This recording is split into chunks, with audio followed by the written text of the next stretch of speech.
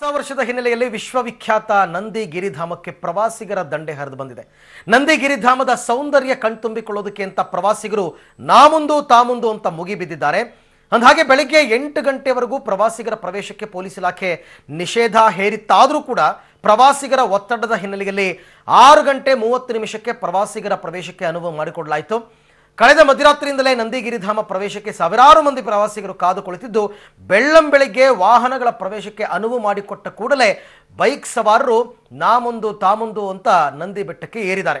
Kilometre ಗಟ್ಟಲೆ ವಾಹನಗಳು ಸಾಲು ಸಾಲಾಗಿ ನಿಂತಿದ್ದು ಟ್ರಾಫಿಕ್ ಜಾಮ್ ಕೂಡ ಉಂಟಾಗಿತ್ತು. ಇನ್ನು ಮದ್ಯವನ್ನು ನಿಷೇಧಿಸಿದ್ರೂ ಕೂಡ ಯುವಕನೋರ್ವ ಬ್ಯಾಗ್ನಲ್ಲಿ ಬಾಟಲ್ ತೆಗೆದುಕೊಂಡು ಬಂದಿದ್ದ.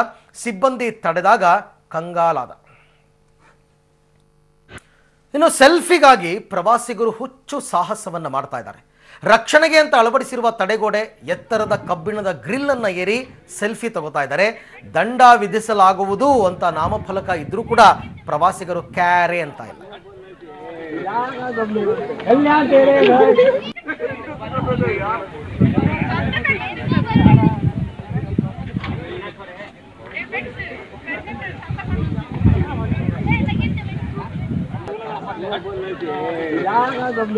कल्याण तेरे घर